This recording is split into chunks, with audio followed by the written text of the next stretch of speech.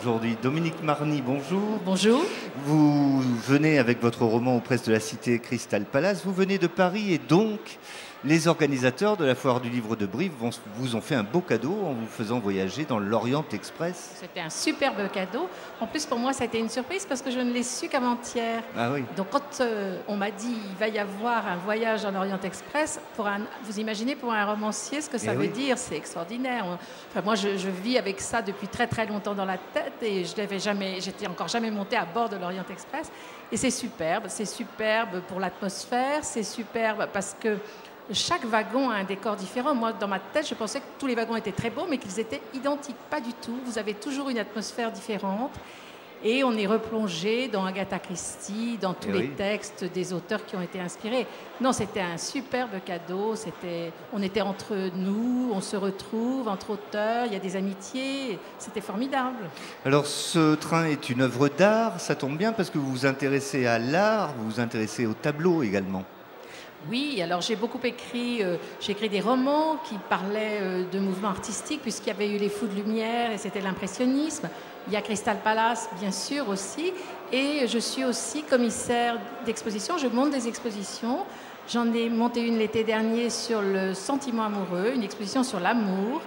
Et ça a été merveilleux parce qu'on peut aller de Fragonard à Chagall en passant par Vallotton ou Picasso.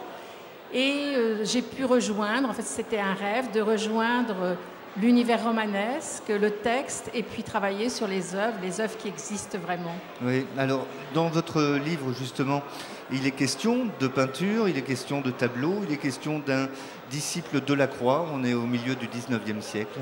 Oui, alors j'ai voulu parler de la seconde partie du 19e siècle, du Second Empire, quand Napoléon III arrive au pouvoir. Et là, beaucoup de choses sortent de la léthargie louis-philipparde.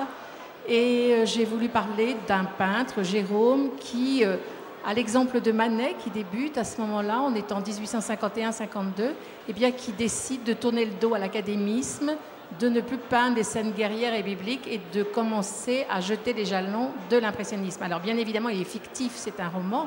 Donc, j'ai mélangé des personnages fictifs avec les réels. On retrouve Renoir, Manet, Monet, etc. Alors, il y a un homme et il y a aussi des femmes. Heureusement. Ah bah, que seraient les hommes sans les femmes? Sinon.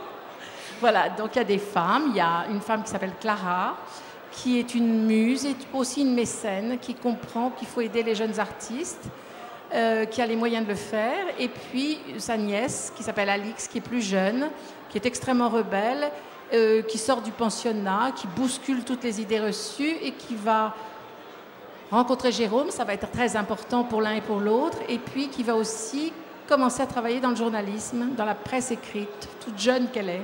Et pour autant, dans ce roman, Crystal Palace, on s'éloigne de Paris, on ne reste pas qu'en France, on va se balader à Londres notamment. Non, parce que son titre, Crystal Palace, en fait, c'est l'édifice extrêmement moderne qui avait été bâti à Londres en 1851, premier édifice de verre et d'acier pour accueillir l'exposition universelle inaugurée par Victoria et le prince Albert et qui accueillait toutes les plus grandes productions du monde entier, les plus emblématiques et les plus modernes. Mes personnages se croisent sous la voûte de Crystal Palace parce qu'il y a aussi un quatrième personnage qui s'appelle Lewis, qui est un armateur. Il est anglais, ses bateaux sillonnent tous les océans et les mers. Et lui aussi a des idées. Moi, j'aime bien parler des gens qui ont des idées modernes, qui veulent aller de l'avant. Et il pense que New York et le Nouveau Monde sera quelque chose d'important. Donc, on voyage entre Paris, la banlieue parisienne, Londres et New York. On sent que c'est une période où il y a un foisonnement d'idées, d'espoir, d'envie. Ça y est, la modernité va vraiment arriver. La modernité va arriver. Napoléon III a vécu en Angleterre. Il a rapporté de ce pays des idées extrêmement avant-gardistes. C'est l'époque où l'industrie se développe, donc c'est l'ère industrielle. Il y a les chemins de fer, bien évidemment, qui deviennent de plus en plus importants. Il y a les bateaux à vapeur, donc on commence à bouger et à voir ce qui se passe ailleurs. C'est une société en pleine mutation. Je pense que la modernité commence vraiment à ce moment-là. Merci beaucoup Dominique Marny. Crystal Palace, c'est à lire aux presses de la Cité. Très bonne suite de la Foire du Livre de Brive à vous. Merci à vous. Merci. Bonsoir. Merci.